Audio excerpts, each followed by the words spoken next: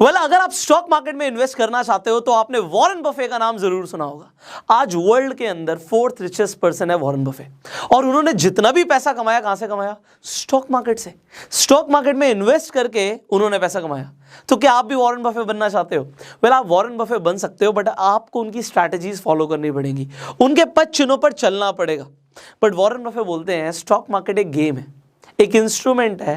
जो लोग पेशेंट हैं उन तक वेल्थ पहुंचाने का इम्पेशेंट लोगों से, मतलब जो इम्पेशेंट है। अब इम्पेशेंट कौन होते हैं? वो लोग जो रातों रात चाहते हैं कि हम करोड़पति बन जाएं स्टॉक मार्केट से।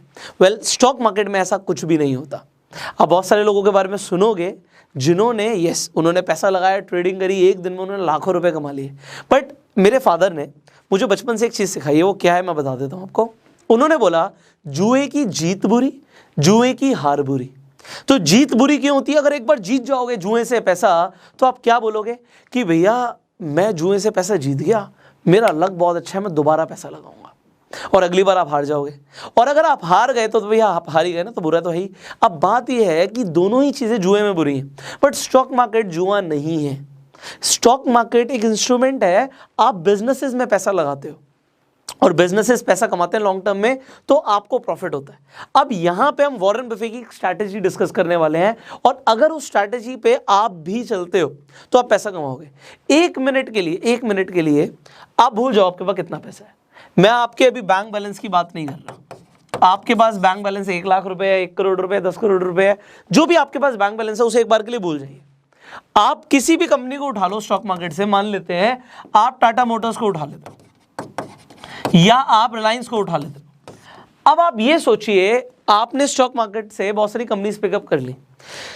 आज आप स्टॉक मार्केट में इन्वेस्ट करना चाहते हो, आप यही सोचते हो कि भैया मैं फलानी कंपनी में पैसा लगा दूंगा, मैं ABC कंपनी में पैसा लगा दूंगा, मैं XYZ कंपनी में पैसा लगा दूंगा। आप ये पैसा क्यों लगाना चाहते हो?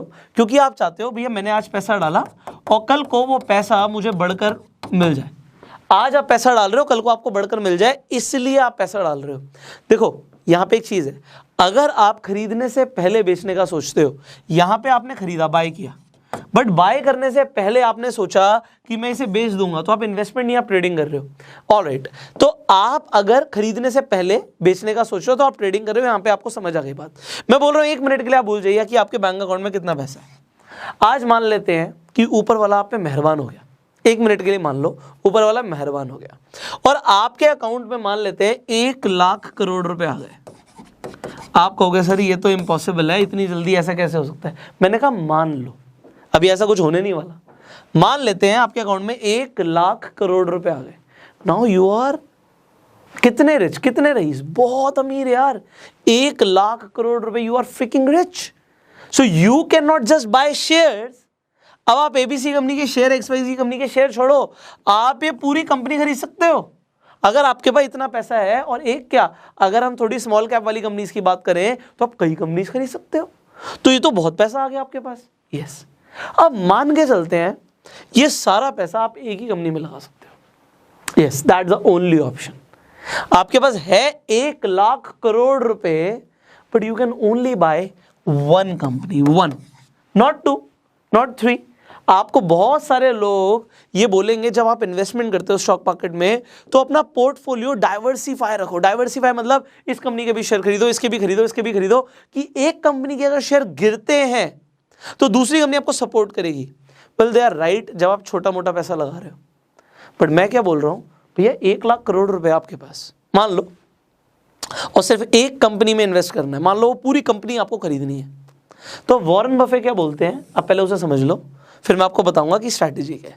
वॉरेन बफे बोलते हैं जब भी मैं कोई कंपनी के शेयर्स खरीदता हूं, मैं तो ये सोचता ही नहीं कि मैं उस कंपनी के शेयर खरीद रहा हूं। I do not think about this. I think मैं उस पूरी कंपनी को खरीद रहा हूं। आज मैं अपना पूरा पैसा डाल रहा हूं उस कंपनी को खरीदने के लिए। अगर मैंने अपना सारा पैसा डाल दिया तो अगर वो कंपनी ग्रो करी तो भैया मैं तो पैसा कमाऊंगा ही कमाऊंगा, बट अगर वो कंपनी ग्रो नहीं करी तो मेरा सारा पैसा डूब जाएगा। नाउ आप किस लेवल की एनालिसिस करोगे? अगर आपके पास इतना पैसा है 1 लाख करोड़ रुपए, तो आप क्या क्या देखोगे? आप सबसे पहले ये देखोगे, सबसे पहले एक कंपनी जिस भाव पे मिल रही है, क्या वो भाव सही भी है? मतलब जिस प्राइस पे आज आपको शेयर मिल रहा है, देखो यहाँ पे सबसे पहले जिस प्राइस पे आज आपको शेयर मिल रहा है, क्या वो सही भी है? और इस प्राइस को जस्टिफाई करने के लिए आप क्या क्या देखोगे? आप मार्केट कैप देखते हो कि कंपनी की मार्केट कैपिटलाइजेशन कितनी है, फिर आप अर्निंग पर शेयर देखते हो, अर्निंग पर शेयर कंपनी का क्या आ रहा है। इससे आपको क्या पता लग जाता है? आप पी रेशियो खुद नहीं देखते, आप एनालाइज कर देते हो खुद, आप पी रेशियो निकाल देते हो। पी रेशियो होता क्या है? बड़ा सिंपल, आप मार्केट कैप देख रहे हो यहाँ पे कंपनी की, ठीक है जी, तो नंबर ऑफ शेयर्स इनटू, देखो यहाँ पे क्या है, number of shares into share price, ये हो जाता है मार्केट कैप। अब मैं आपको एक फॉर्मूला सिखा रहा हूं, अब इसे इजी कर देते हैं। ABC कंपनी के 10 शेयर है और एक शेयर की कीमत 10 रुपए है, तो कंपनी का मार्केट कैप कितना हो गया? 100 रुपए हो गया, सिंपल। तो ये हो गया मार्केट कैप। अब हमारी एक शेयर पे अर्निंग कितनी आ रही है, ये निकालना बहुत जरूरी है। Then you have to find कि आपका प्रॉफिट अपॉन अर्निंग है क्या। अगर आप पूरी कंपनी को खरीद रहे हो तो आप बहुत कुछ देखोगे। यहां पे इसका मतलब ये होता है कि 1 रुपया कमाने के लिए आपने 20 रुपए लगाया आज, कि आपको लगता है कि कल को कंपनी बहुत ग्रो करेगी। इसका मतलब ये नहीं है कि 20 से नीचे वाले ही सारे शेयर्स अच्छे होते हैं, ऊपर वाले भी अच्छे हो सकते हैं। तो उसके ऊपर हमने ऑलरेडी फंडामेंटल एनालिसिस के ऊपर वीडियो बना रखी है, आई बटन पे लिंक है, जाके देख सकते हैं। अब ये आप प्राइस देखोगे, आपने मार्केट कैप भी देख लिया, अर्निंग पर शेयर भी देख लिया, आपने पी रेशियो भी देख लिया, आप कंपनी की मैनेजमेंट भी देखोगे, भैया कंपनी को चला कौन रहा है, आप पूरा बिजनेस एनालिसिस भी करोगे कि भैया बिजनेस कैसा है, आप कंपनी की बैलेंस शीट भी देखोगे। तो आप इतनी सारी चीजें एनालाइज करोगे, तब जाके आप सोचोगे कि मैं पैसा लगाऊं। और फिर लास्ट में आप क्या करोगे? आपने जो एक कंपनी का देखा है, आप एक कंपनी को देख के क्या सारा पैसा उसमें लगा दोगे? The answer is no. आप इसके बाद सबसे बड़ी चीज कंपेयर करोगे कि फलानी कंपनी में ये सारे प्रोज हैं, ये सारे कॉन्स हैं, उस कंपनी में और कितनी कंपनियों को कंपेयर करोगे अगर आपको सारा पैसा एक ही कंपनी में लगाना है। सो आप बहुत सारी कंपनियों को कंपेयर करोगे और उसके बाद डिसीजन लोगे कि आप अपना पैसा कहां डालोगे। सो वॉरेन बफे की स्ट्रैटेजी को समझो।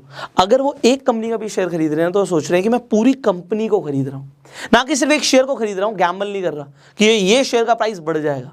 सो आप अगर पैसा लगा रहे हो शेयर मार्केट में, एनालाइज जरूर करो, फंडामेंटल एनालिसिस वाली वीडियो देखो, जिससे आपको पता लगे कि कैसे एनालिसिस करनी होती है, and then choose the right stock. अगर आपको वीडियो पसंद आई जल्दी से लाइक कर दीजिए, अपने सवाल आप कमेंट्स में पूछ सकते हो।